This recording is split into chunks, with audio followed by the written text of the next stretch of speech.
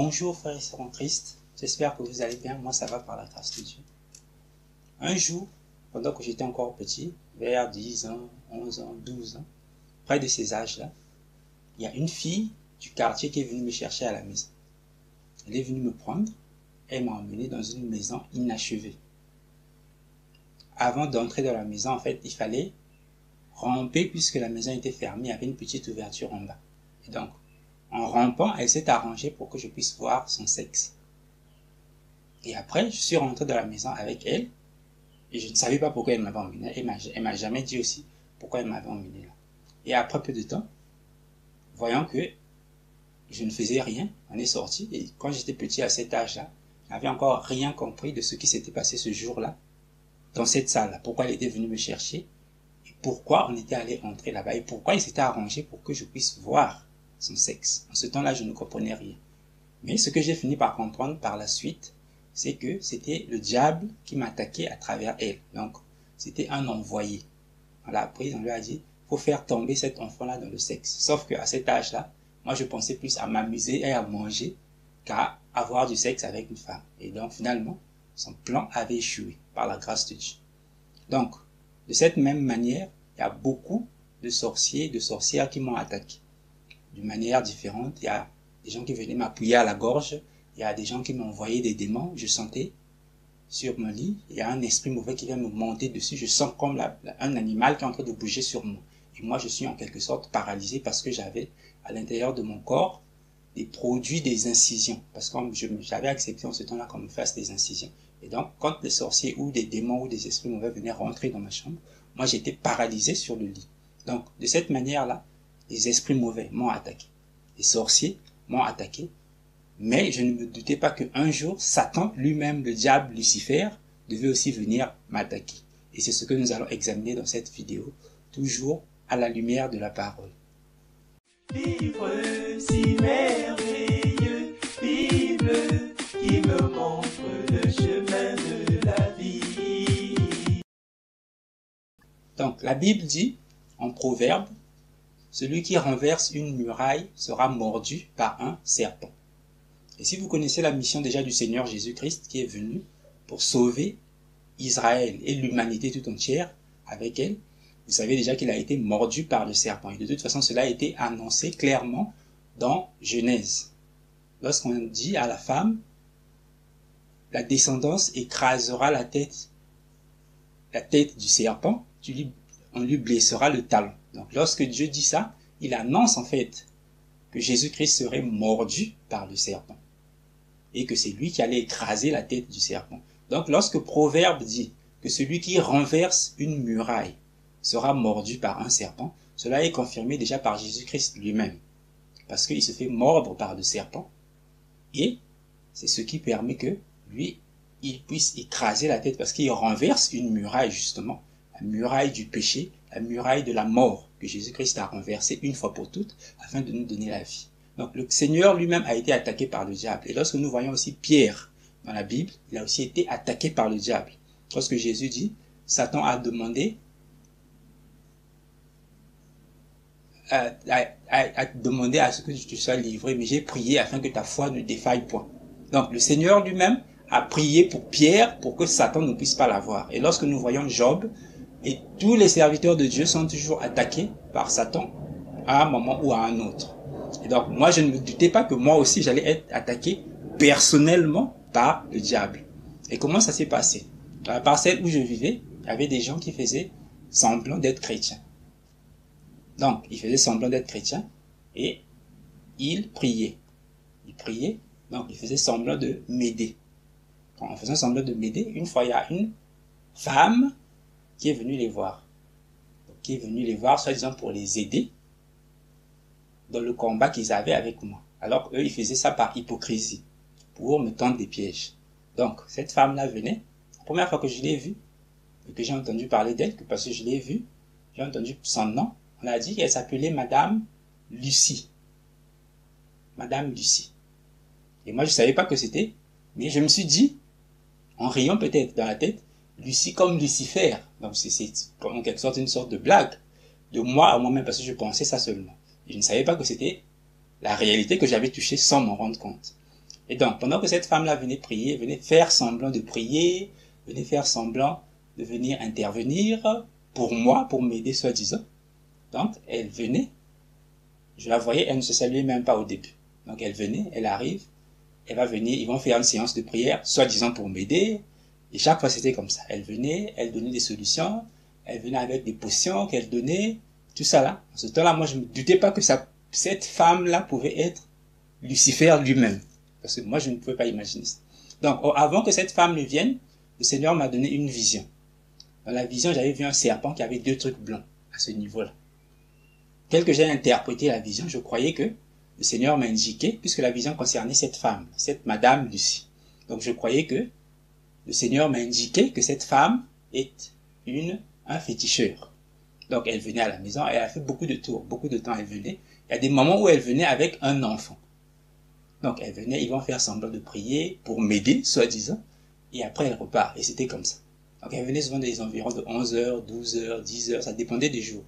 Il y a des jours, elle venait s'asseoir à la véranda. Donc, on va causer moi, bon, je ne causais pas avec elle, je la saluais juste. Je passais, je dis bonjour. Au début, je ne la saluais pas, après, moi, j'ai commencé à la saluer, je dis bonjour. Bonjour. Elle passe, elle se dort. C'était comme ça. Et puis, un jour, donc, je fais un autre songe. Le Seigneur me dit, va parler à cette femme. Et comme j'avais déjà l'habitude d'avertir beaucoup de sorciers autour de moi, donc je me suis dit directement que le Seigneur veut que j'avertisse aussi cette femme comme étant une sorcière, comme étant un féticheur. Et c'est ce que j'ai fait. Le jour-là, elle est venue prier. Moi, j'étais en train de préparer. Je préparais, donc j'ai fini. Au moment où elle devait partir, je lui ai fait signe. Le Seigneur m'a donné un message pour toi. Elle est venue s'asseoir sur le fauteuil en face de moi. Donc je lui ai dit, selon ce que je pensais de la vision. Mais le Seigneur me l'avait caché. Selon ce que je pensais. Je lui ai dit, tu es un féticheur. Le travail que tu fais, Dieu va te frapper. Et là, elle est restée tranquille. Elle m'a dit, je ne suis pas un féticheur. Elle m'a dit, si tu pries, Dieu va te montrer moi qui je suis. Ce jour-là, je ne me rendais pas compte. Mais effectivement, ce qu'elle disait, c'était vrai. Parce qu'elle n'était pas un féticheur, mais c'était le diable lui-même en personne. Et donc, elle dit que le Dieu que moi je prie, c'est un faux Dieu. Parce que le message qu'il a donné est mensonger, tout ça. Donc, parce qu'elle prie, le Dieu qu'elle prie, c'est le vrai Dieu. Donc, moi, le Dieu que je prie, c'est celui-là qui est faux. On a discuté un peu un moment avec elle. Et après un moment, je lui ai dit, bon, en tout cas, l'essentiel pour moi, c'était de te donner le message. Le reste, ça ne me concerne pas. C'est entre toi et Dieu. Et j'ai fini avec elle. Je suis reparti faire la cuisine. Et donc, quelques temps après, je fais un autre songe. Dans ce songe-là, il y avait un personnage de Star Wars qu'on appelle Dark Vador, qui est en fait une représentation de Satan, ce que les gens ne savent pas. Donc, moi j'étais sur la terre ferme et lui il était sur une île, dans une sorte de moto marine. Il était en train de glisser sur l'eau. Donc, je le voyais de loin. Lui était sur l'île et moi j'étais sur la terre ferme. À un moment, je regarde, du même côté que moi sur la terre ferme, il y avait une femme avec un enfant. Donc, cette femme-là avec l'enfant. Lui, il était de l'autre côté. Et à un moment, il décolle de là où il était, il vient tomber là où cette femme-là était. Et ensuite, on me donne l'explication de cette vision-là. On me dit que ce monsieur que tu as vu sur l'île là-bas, cette femme et l'enfant, c'est lui. Donc, en fait, le Seigneur me faisait comprendre dans cette vision-là que cette femme que j'ai vue qui venait à la maison avec l'enfant, qui venait donner des potions, qui venait donner des stratégies pour m'atteindre moi, c'était pas en fait un féticheur, mais c'était Lucifer en personne qui était venu m'attaquer à la maison. Donc c'est ce jour-là que j'ai compris la vision et c'est ce jour-là que j'ai compris que le Seigneur m'avait caché d'abord l'explication du songe où il m'avait montré le serpent pour que je ne puisse peut-être pas avoir peur. Mais en tout cas, le diable est venu à la maison pour m'attaquer. Et c'est ici que je voulais dire aux chrétiens d'avoir confiance dans notre Seigneur Jésus-Christ. Parce que lorsque nous, on est chrétiens, on ne réalise pas forcément que notre combat, c'est effectivement contre Satan. Satan nous attaque de beaucoup de manières, on ne se rend pas compte. On ne se rend pas compte que c'est lui-même qui est derrière les malheurs qui nous arrivent, derrière les choses négatives qui nous arrivent. On ne se rend pas forcément compte. Donc, soyez fortifiés car le Seigneur Jésus a déjà vaincu le diable. Et la question que moi je pose ici aux sorciers, c'est pour vous, Satan c'est le tout-puissant. C'est le top. C'est lui qui crée des guerres dans le monde, qui fait le désordre, qui tue, qui abat comme il veut, sans même se déplacer. Donc la question c'est, pourquoi n'arrive-t-il pas à m'abattre? Ici, je vais vous proposer une petite histoire. Je vais partir en guerre, tu es un militaire. Il y a un char qui vient en face de vous. Vous êtes un camp, un régiment, vous êtes nombreux. Vous utilisez la plus petite des armes, ça ne marche pas. Vous utilisez une mitrailleuse, ça ne marche pas. Vous prenez la plus grosse arme que vous avez, vous attaquez ce char-là. Mais le char continue d'avancer vers vous. Est-ce que vous êtes sûr que vous allez pouvoir le détruire?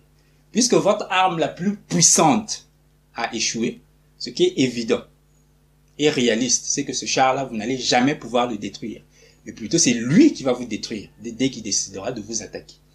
C'est la même chose. Tu as un couteau, une machette, une tronçonneuse. Tu attaques un arbre avec le couteau, ça ne marche pas. Tu attaques avec la machette, ça ne marche pas. Tu attaques avec la tronçonneuse, l'arbre ne tombe pas. Parce que ta tronçonneuse était l'arme la plus puissante que tu avais. Et tu as attaqué cet arbre-là et ça n'a pas marché. Et rien n'a marché. Quand tu vas repartir encore attaquer cet arbre avec le couteau, est-ce que ça va marcher? Ça ne marchera pas. Ça ne marchera pas parce que ton arme la plus puissante a déjà échoué. Donc que tu t'en rendes compte ou pas, tu as déjà échoué dans ton combat. Parce que tu as utilisé l'arme la plus puissante que tu avais. Et c'est le combat que les sorciers ont contre moi. Et contre tous les chrétiens. Tous ceux qui sont vraiment chrétiens, fils de Dieu. Vous pouvez les attaquer d'une manière, d'une autre.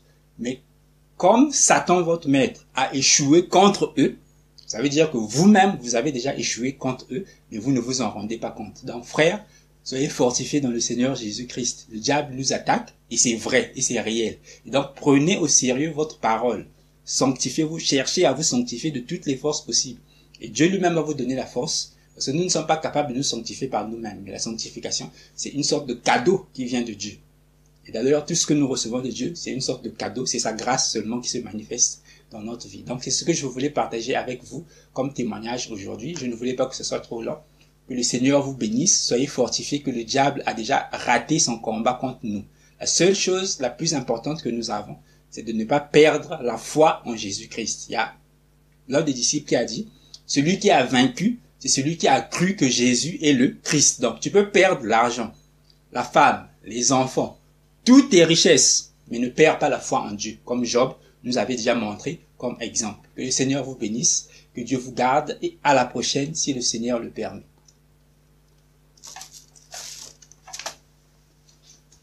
Jésus-Christ est Seigneur, oh, examinez toutes choses.